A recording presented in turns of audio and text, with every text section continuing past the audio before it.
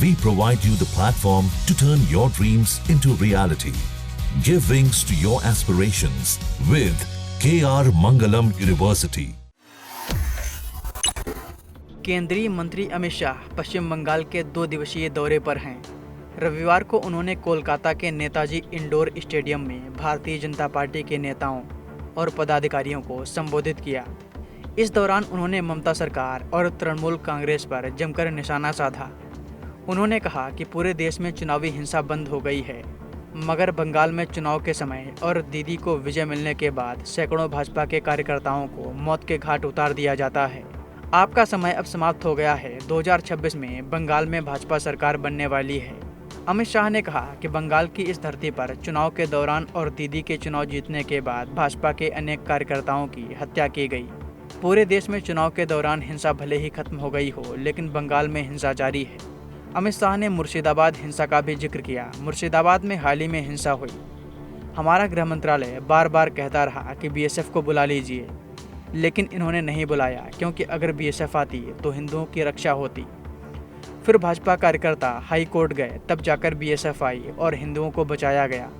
अमित शाह ने इसके साथ और क्या कुछ कहा है, आइए आपको सुनवाते हैं। के अंदर हिंसा कभी शोभा नहीं देती है। दीदी हिम्मत हो तो हिंसा के बगैर, रेगिंग के बगैर चुनाव कराकर देखो। आपकी खुद की जमानत ये बंगाल की जनता जब्त कर लेगी। और भाइयों बहनों, वोट बैंक की तुष्टीकरण ने वोट बैंक के लिए पतन की सीमा ये ममता बनर्जी ने पार कर दी। अभी कुछ दिन पहले पहलगांव में पाक प्रेरित आतंकवादियों ने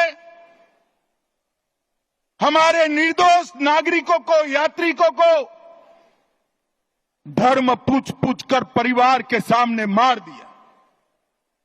मुझे बताओ बंगाल वालों,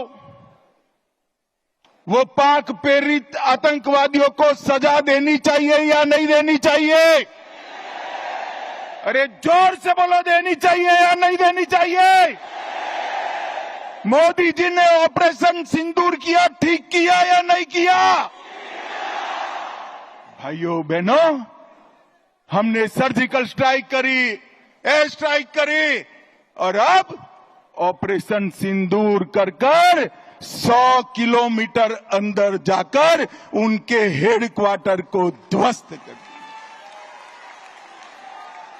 सैकड़ों आतंकवादी मौत के घाट उतार दिए गए और दीदी के पेट में दर्द होता है। दीदी, इतना दर्द बंगाल का यात्री जब वहां मारे गए तब किया होता तो ठीक था।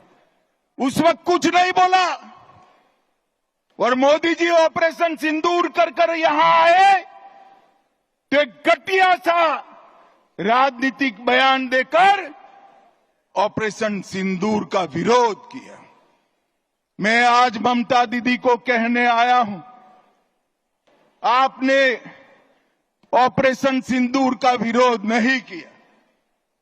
आपने इस देश की करोड़ों माताओं बहनों की भावनाओं के साथ खिलवाड़ किया है, खिलवाड़ किया।